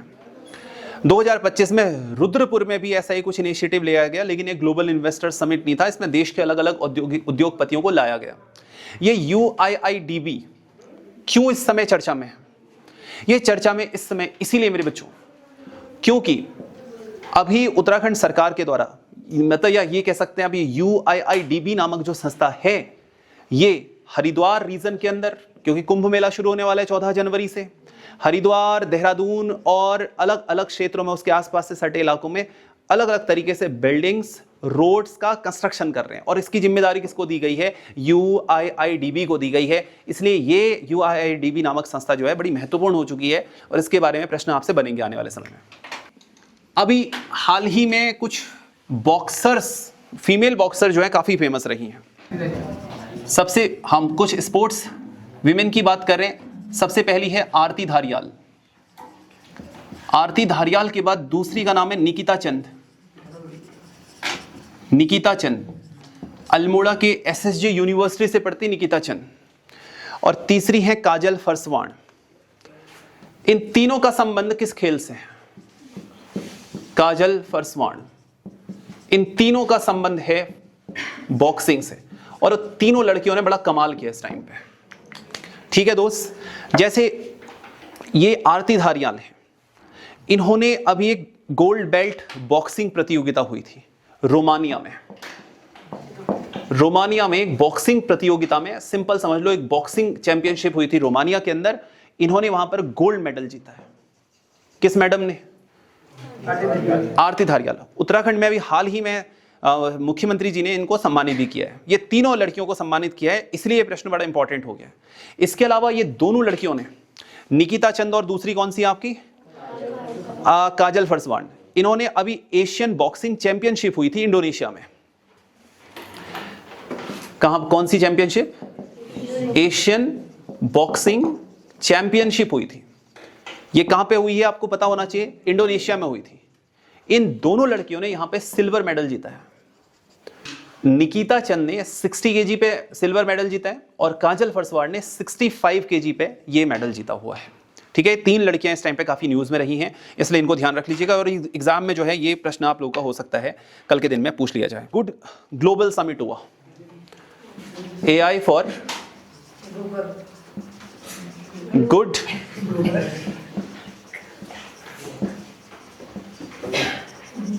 समिट हुआ। इसमें 47 देशों के 600 प्रोजेक्ट दिखाए गए, AI प्रोजेक्ट्स 600 प्रोजेक्ट्स दिखाए गए। और उत्तराखंड की SCERT का टीचर ट्रेनिंग प्रोग्राम 6 नंबर पे रहा है। विश्व के 47 देशों के 600 प्रोजेक्ट्स में से SCRT का टीचर ट्रेनिंग यानी कि शिक्षक को भी प्रशिक्षण देने वाला AI प्रोग्राम है, वो कौन से नंबर पे रहा है दोस्त? आपका 6th रैंक पर रहा है, इसको ध्यान रखिएगा। ये स्टेट साइबर कोऑर्डिनेशन सेंटर के साथ साथ जो हरिद्वार कुंभ हो रहा है ना, इसमें पहली बार साइबर यूनिट बनाई जा रही है, इसको भी ध्यान रखिएगा आप लोग। जो साइबर यूनिट है यहाँ पर स्टैब्लिश की जा रही है। राज्य का पहला, हरिद्वार में राज्य का पहला साइबर थाना कहाँ बना था? कब बना था? 25 मार्च 2015 को देहरादून। कुमाऊं का पहला कहां बना था? रुद्रपुर में वर्ष 2021 में बना था और राज्य का दूसरा था। ये तो सभी को पता होगा। Very very good. लोक संवर्धन पर्व 11 जुलाई से 15 जुलाई के बीच में मनाया गया है और ये छठा लोक संवर्धन पर्व है, राष्ट्रीय पर्व है। मतलब इसमें अलग अलग प्रकार के हस्तशिल्प लाए जाते हैं। तो उत्तराखंड के 40% स्टॉल रखे गए थे इस पर। 11 जुलाई से 15 जुलाई के बीच में लोक संवर्धन पर्व, छठा लोक संवर्धन पर्व शुरू किसने किया था? संसदीय कार्य मंत्री श्री किरण रिजिजू ने शुरू किया था इसको। अभी हाल ही में उत्तराखंड में निवेश अनुकूलता सूचकांक भी आया हुआ है। उसमें हिमालयी राज्यों में तो उत्तराखंड को फर्स्ट रैंक मिला है। निवेश अनुकूलता मतलब यहाँ पर निवेश के मामले में अगर देखा जाए तो उत्तराखंड हिमालयन स्टेट्स के अंदर फर्स्ट रैंक पे है। नीति आयोग की रिपोर्ट है 2026 की और ओवरऑल देश में 11वें नंबर पर है। ये अपने आप में एक बहुत बड़ी अचीवमेंट है, ठीक है। और पिछली बार हम लोगों ने एक रैंक और भी तो आई थी नीति आयोग की, उसमें ये कहा गया था कि निर्यात सूचकांक में उत्तराखंड फर्स्ट रैंक पर आता है ना दोस्त? जो छोटे क्या थे, छोटे राज्य हैं आपके, जो हिमालयन स्टेट्स हैं और जो छोटे राज्य हैं उनमें वो प्रिपेयर्डनेस इंडेक्स में सबसे फर्स्ट रैंक पर है। तो दोस्त हम लोगों ने आज करंट अफेयर्स का काफ़ी पार्ट कवर किया। अब इस कक्षा का समापन यहीं पर करते हैं। मैं फिर भी एक और बात कहूँगा कि जो भी नकल विरोधी कानून बनाए गए हैं और हाल ही में सरकार के द्वारा जैसे जो राष्ट्रीय सम्मान से संबंधित वंदे मातरम और राष्ट्रगीत है, उसके लिए भी सरकार कानून लेकर आ गई है। अगर आप वंदे मातरम या राष्ट्रगान का अपमान करते हैं, राष्ट्रगीत या राष्ट्रगान का अपमान करते हैं, तो 10 साल तक की सजाएं, मतलब पहले तो 1 साल की सजा होगी, फिर अगली बार 3 साल, अगली बार 10 साल तक की सजा उस पर हो सकती है। तो आप लोग घर में जाके देखिएगा और तैयारी कीजिएगा। मैं आप लोगों को अब मंडे को मिलता हूं। Thank you so much. Have a nice day आप सभी लोगों को।